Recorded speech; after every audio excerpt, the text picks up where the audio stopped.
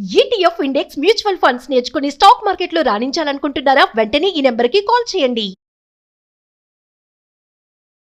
నమస్తే, welcome back to Suman TV. Present మనతో పాటు ఉన్నారు assistant professor in marketing VJIM Ramakrishna గారు. నమస్తే సార్. నమస్కారం అమ్మా. సార్, రిటైర్మెంట్ ప్లాన్ గురించి మాట్లాడుకుందాం. రిటైర్మెంట్ అంటే 60 ఇయర్స్కో 70 ఇయర్స్కో అనేసి ఒకప్పుడు అనుకునే వాళ్ళం.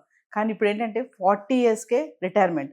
అంటే 40 ఇయర్స్కి రిటైర్మెంట్ అంటే ఎప్పుడు సెటిల్ అవ్వాలి? ఏ ఏజ్లో సెటిల్ అవ్వాలంటే ఇక 2025లో సెటిల్ అయిపోవాలన్నమాట.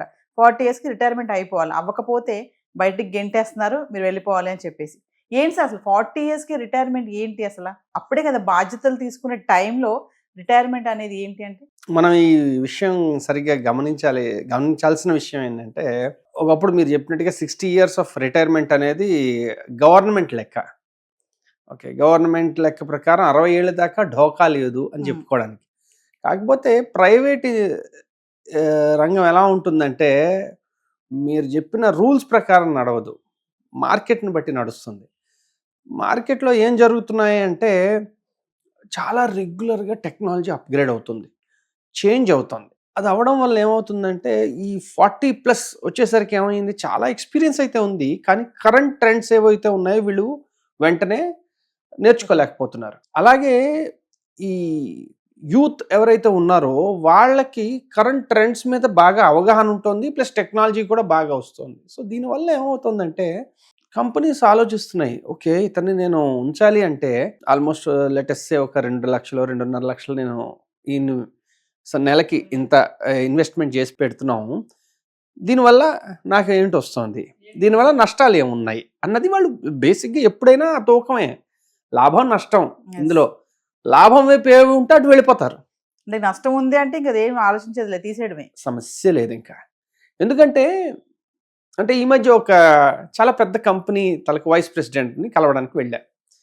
ఆయనతో మాట్లాడుతూ క్యాజువల్గా he is on the wrong side of 40s, 48, 49 దగ్గరలో ఉన్నారు. అంటే క్యాజువల్గా అడిగా, ఏంటండి ఎలా ఉంది మీ ఇండస్ట్రీ, ఎలా ఉంది, జాబ్ మార్కెట్ ఎలా ఉందని క్యాజువల్గా అడిగితే ఆయన చెప్పారు, మీకు ఒక విషయం చెప్తా, మనలో మనమాట, నన్ను ఎప్పుడైనా తీసేయచ్చు వీళ్ళు, తీసేసినా వీళ్ళకి నష్టం లేదు, కానీ నన్ను ఉంచుతుంది ఒకే ఒక రీజన్కి. ఎందుకంటే మార్కెట్కి అంటే ఏంటి, ఫైనాన్షియల్ మార్కెట్స్కి, ఇన్వెస్టర్స్కి, వీళ్ళకి చాలా ఎక్స్పీరియన్స్డ్ పర్సన్ రన్ చేస్తున్నాడు అని ఒక ఫీలింగ్ కోసం మాలాంటి వాళ్ళని ఇంకా ఉంచుతున్నారు.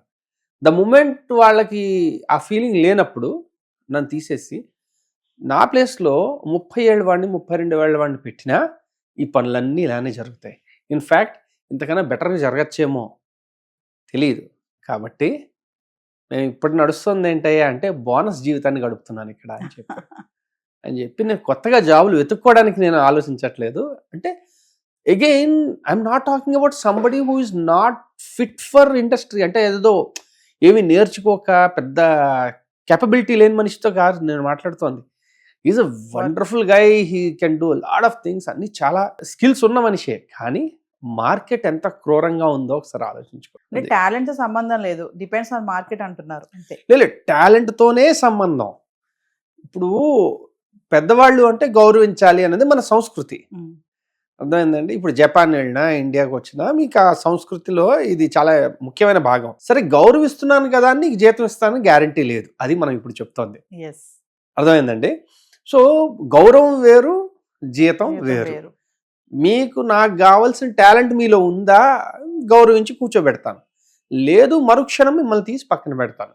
ఇప్పుడు యుఎస్, యూరోప్ మార్కెట్స్లో, ఎస్పెషల్లీ యుఎస్లో ఇది కంప్లీట్ క్యాపిటలిస్టిక్ సొసైటీ. యుఎస్, మా ఫ్రెండ్ వర్క్ చేసే ఒక కంపెనీలో ఒక వైస్ ప్రెసిడెంట్ లెవెల్ పర్సన్ని ఫ్రైడే ఈవినింగ్ మెయిల్ పంపించారు దట్ యు ఆర్ సాక్డ్. ఆయన కంపెనీలో 18 ఏళ్ళ నుంచి పనిచేస్తున్నాడు. మండే మార్నింగ్ ఆయన వెళ్ళేసరికి అన్ని యాక్సెస్లు డిజేబుల్ అయిపోయాయి.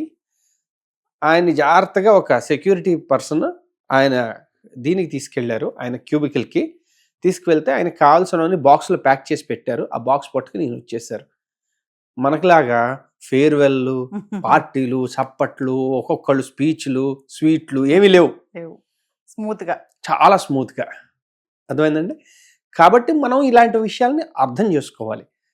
మీరు అన్నారు చూడండి, సెటిల్మెంట్ అంటే, సెటిల్మెంట్ అనేది ఒక చిన్న అపోహ.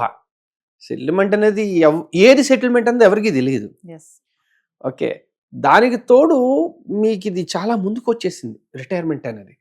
కాబట్టి ఇప్పుడు ఎవరైనా ఇండస్ట్రీలోకి ఉన్నారు అంటే వాళ్ళు చాలా క్లియర్గా అర్థం చేసుకోవాల్సింది ఏంటంటే, ఇంతకుముందు మొహమాటాలు ఉండేవేమో, ఇప్పుడు మొహమాటాలు తగ్గుతున్నాయి. పోతాయని చెప్పను, ఇంకా చాలా మిడిల్ సైజ్డ్ ఆర్గనైజేషన్స్ వీటిల్లోనూ ఇనీషియల్ సెటప్స్లోనూ రిలేషన్షిప్స్ మీదే నడిపిస్తుంటారు. కానీ పోను పోను ఇది కష్టతరం అవుతుంది. అంటే సార్ ఒక క్వశ్చన్ చెప్పండి, అంటే 25 నుంచి 30 సంవత్సరాల లోపే సంపాదించేయాలంటారా? సంపాదనలో పడాలా? సంపాదన ఇక్కడ మనం క్లియర్గా అర్థం చేసుకోవాల్సింది, సంపాదన 40 తర్వాత 50 తర్వాత కూడా చేస్తున్న వాళ్ళు ఉన్నారు.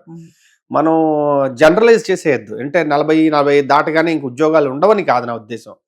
చాలా క్లియర్గా రెగ్యులర్ అప్డేట్స్ చేసుకుంటూ కరెంట్ రిక్వైర్మెంట్స్ ఏమున్నాయో వాటిని పట్టుకున్న వాళ్ళు 70-80 ఏళ్ళకి కూడా సంపాదిస్తున్న వాళ్ళు ఉన్నారు. ఓకే, కానీ ఇదిగో నేను ఇందులో జాయిన్ అయిపోయాను కదా, ఇంకేం నా పర్వాలేదు అని చెప్పి అనుకుంటే, ఒకప్పుడు కన్నా ఇప్పుడు చేంజెస్ చాలా ఫాస్ట్ ఉన్నాయి. అంటే ఉదాహరణకి మనకి అందరికీ ప్రేక్షకులకు ఈజీగా అర్థమయ్యే ఉదాహరణ ఇస్తా.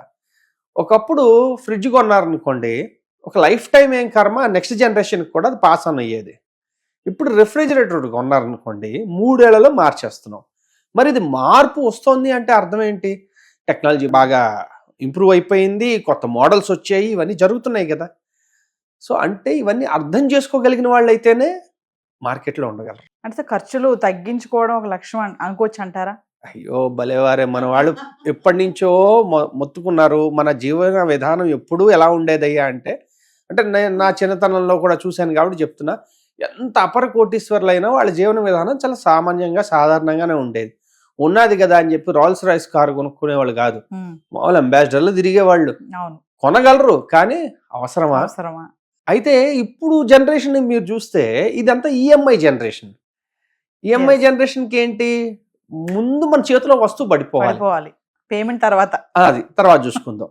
సో ఇదేమవుతుందంటే ఇది ఒక సైకిల్, ఒక జనరేషన్ 2 జనరేషన్లు అయిన తర్వాత వీళ్ళు అర్థం చేసుకుంటారు. ఎందుకంటే చెప్తే ఎవరికి అర్థం కాదుగా, అనుభవంలోకి వస్తే తప్ప తత్వం బోధపడదు.